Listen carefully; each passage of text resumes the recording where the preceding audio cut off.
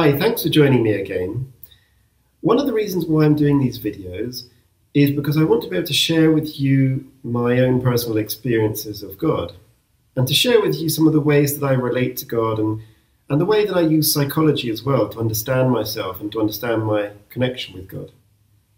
And my hope is that you watching this may be able to learn something for yourself as well, how to understand yourself, to understand your own relationship with God, and to come closer to your own spirituality. So today I wanted to talk to you a little bit about forgiveness. Now, forgiveness is a really big topic and very important. It covers a lot of psychology and a lot of spirituality. But today I just wanted to keep it focused to a slightly smaller aspect, and that is to do with being able to forgive yourself. Now, I think the thing about forgiveness is that you could think about this in two ways. There's forgiveness of other people, and then there's forgiveness of yourself. And in some ways, forgiving yourself can sometimes be more difficult than forgiving other people.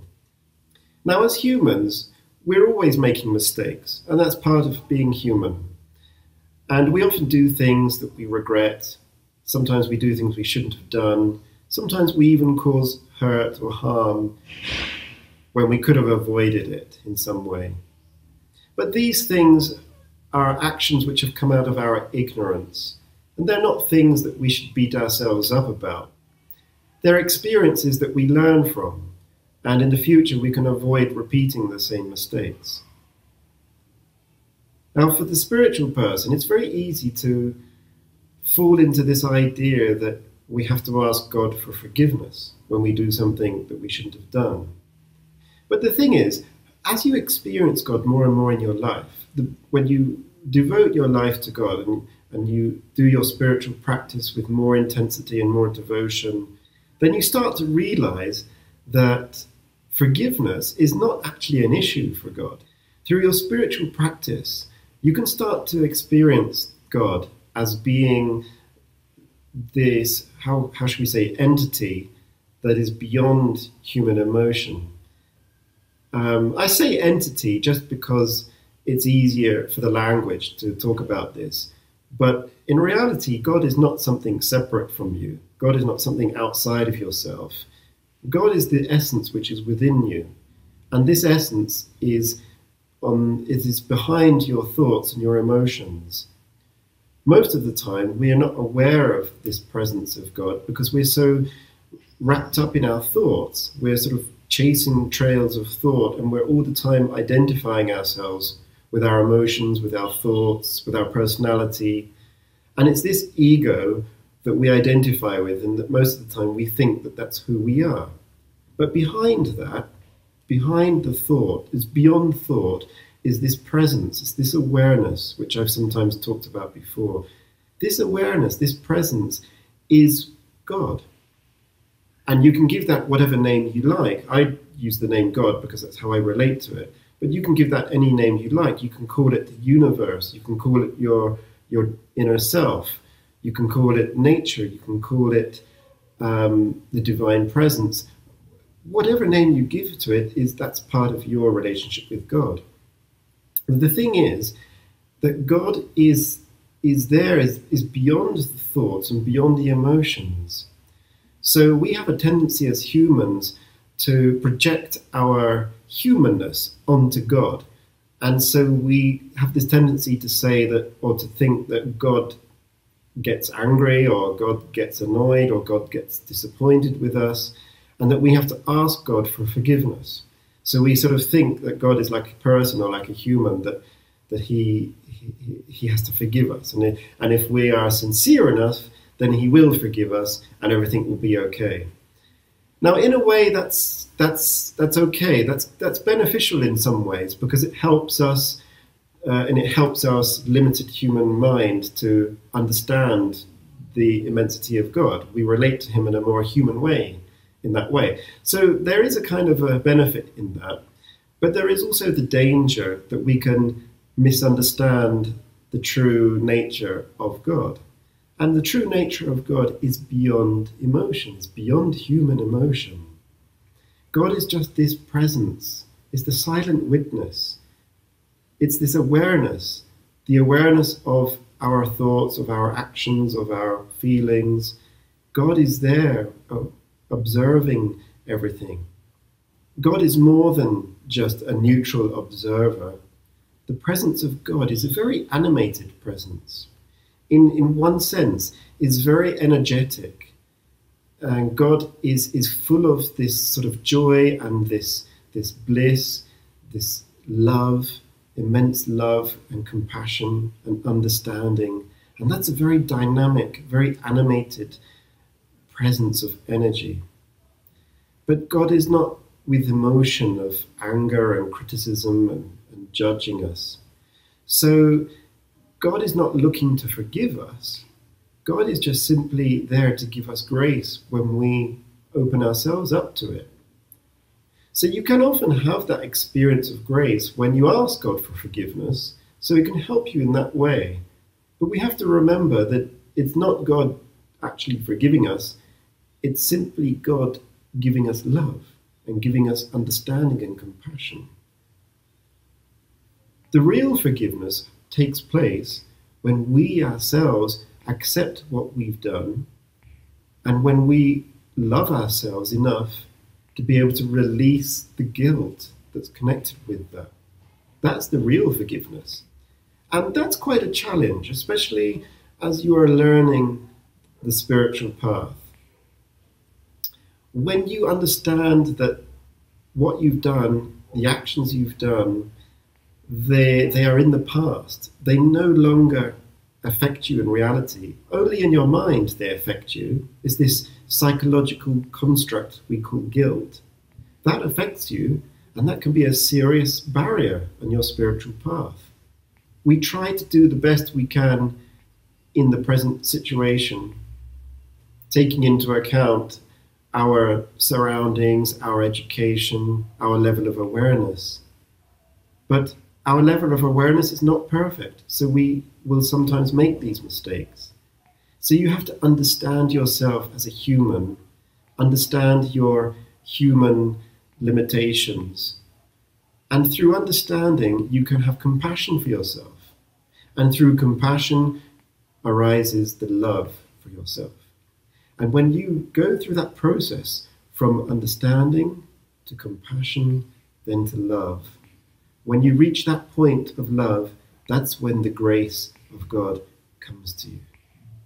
In your prayers, or in your meditation, or in whatever spiritual practice you do, take yourself through that process. Understand yourself, understand your actions without judgment. Then become compassionate for yourself. Compassionate that you were doing the best you could at the time, considering the knowledge you had and the level of awareness you had.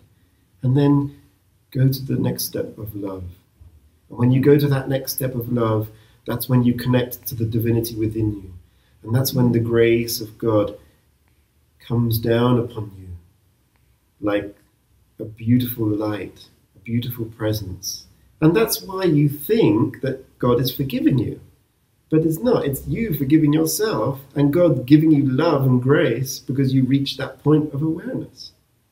And that's when you reach the point that you can forgive yourself and you can let go of the guilt. Now, the way to do that depends on your personal relationship with God. You can do that through prayer. You can pray to God. You can do it through meditation as well, or even just through affirmations. You can do that. And for me, personally, I find that the most effective way to do that is not to pray to God and ask Him for forgiveness, but it's to pray to the person or the thing that suffered as a result of your mistake, and to ask them or to ask that situation for forgiveness.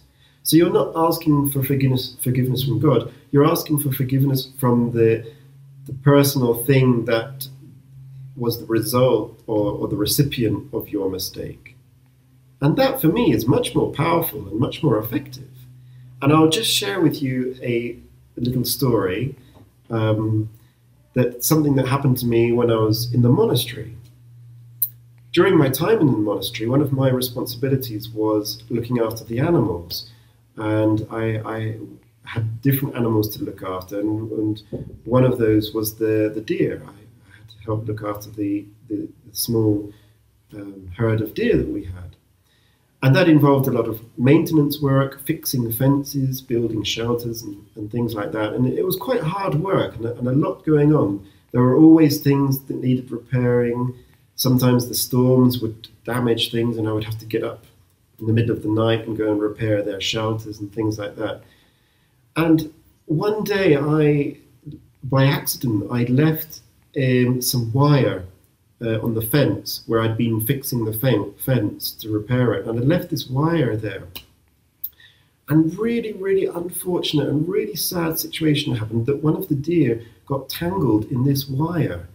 And the poor thing, she died from it. She was strangled because she got this wire stuck around her neck. And when I discovered this, I felt so bad in myself because I was basically responsible for that, because I'd left the wire here, and without that kind of mindfulness that an accident could happen, I'd left the wire there, and I felt so bad about it, that an innocent animal had died because of my actions. And I had this guilt about it for such a long time. For ages and ages I had this guilt. And it became such a barrier in my prayers, in my devotions, in my spiritual practice. I always had this guilt. I kept thinking, I kept having this feeling that God was not going to give me any more grace because of this, I'd done this terrible thing. And the effect was that I didn't get any grace. I wasn't feeling the grace from God that I usually get.